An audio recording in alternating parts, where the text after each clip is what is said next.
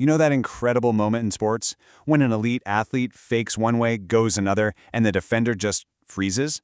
It looks like their ankles literally get broken. Well, it turns out that's not just about being fast. It's about hacking the human brain. And today, we're going to break down exactly how that works. And this quote right here from performance coach Albert Tan is the key to this whole thing. It totally flips how we think about perception. See, you think you're seeing the world as it is, right now. But what if your brain is actually just making its best guess about what's about to happen next? Which leads us to the big question. If your opponent's brain is basically a mind-reading machine, always trying to predict your next move, how do you beat it? How do you juke a mind reader? Well, that's the puzzle we're going to solve. To get to the bottom of this, our investigation starts on the court, with one of the most dramatic plays you'll ever see. Come on, you've seen it a million times. An offensive player is dribbling, they give a little head fake, a twitch of the shoulder, and the defender, a world-class athlete with lightning reflexes, just stops cold. They're frozen, totally faked out, while the attacker just blows right past them. So what is happening there? I mean, this isn't just a simple slip-up.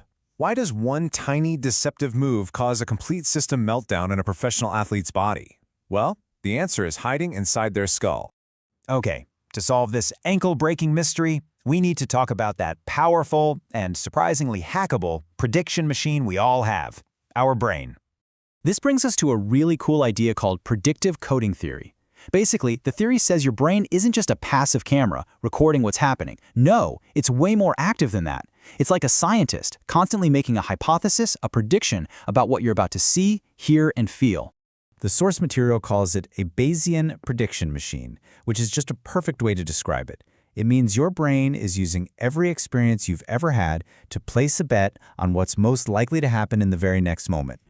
So the process is pretty simple. First, your brain sees what's going on and establishes a pattern. Scientists call this setting a prior. Then, based on that pattern, it projects what it thinks is going to happen next. And finally, it checks its prediction against what actually happens. Most of the time, it's pretty spot on. But sometimes, it gets it spectacularly wrong. And this, right here, is where the magic happens. This is where ankles get broken. Okay, let's go back to our basketball player. The attacker has been driving left the whole game, so the defender's brain has logged the data, it's established the pattern, the prior is set. It sees that same shoulder dip, that same first step, and it confidently predicts, yep, he's going left again. But then, at the last possible second, the attacker plants his foot and crosses over to the right. He completely violates the brain's prediction. Suddenly, what the brain expected to happen and what actually happened are on two different planets. and bam! This creates a massive glitch in the system, a prediction error. It's like a neurological record scratch. The brain basically screams, whoa, wait a minute, that's not what was supposed to happen. And that huge error, that shock, it forces a cognitive reset. The brain literally has to hit the pause button on everything else so it can throw out its old failed prediction and frantically build a new one. And that pause? That's the freeze. That's the ankle breaker moment. So, if this is a predictable glitch in the system, you might be wondering, can you actually learn how to cause it on purpose? Well, according to Albert Tan, the answer is a resounding yes. And this is exactly where his predictive error minimization model, or PEM, comes in. It's basically a framework designed to teach athletes how to weaponize this little neurological quirk on offense and, just as importantly, how to defend against it. The model creates these two totally opposite mindsets. The person on offense becomes the prediction hacker. Their goal, create the biggest possible prediction error in their opponent's brain. The defender, on the other hand, has to become the raw perceiver, whose goal is to minimize their own prediction errors by just not guessing at all. So let's look at the offensive playbook. You're setting a trap.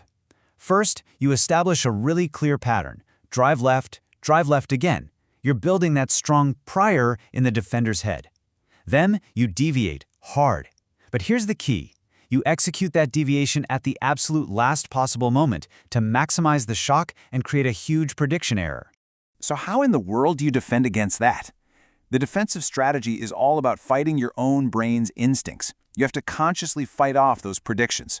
You have to stay in what Tan calls raw perception mode. It means you stop reacting to what you think is going to happen, and instead you wait for the real data, the player's actual movement, before you make your move. And this brings us to the big idea, the core lesson of this whole model. And honestly, it applies to way more than just sports. This line from Tan just nails it. When that defender gets frozen, they weren't beaten by a faster opponent. They were beaten by their own brain. They lost because they made a bet that the future was going to look exactly like the past. And that right there is the ultimate takeaway for all of us. Our brains are incredible prediction machines, but that very same strength can be a weakness. It can lock us into old patterns, into outdated ideas, and it can literally stop us from seeing the reality that's unfolding right in front of our eyes. Which leaves us with a pretty powerful question to think about. This isn't just about basketball. This is about business meetings, about arguments, about relationships. So think about it. Where in your life are you betting on the past? Where are your own brain's predictions keeping you from seeing what's really there?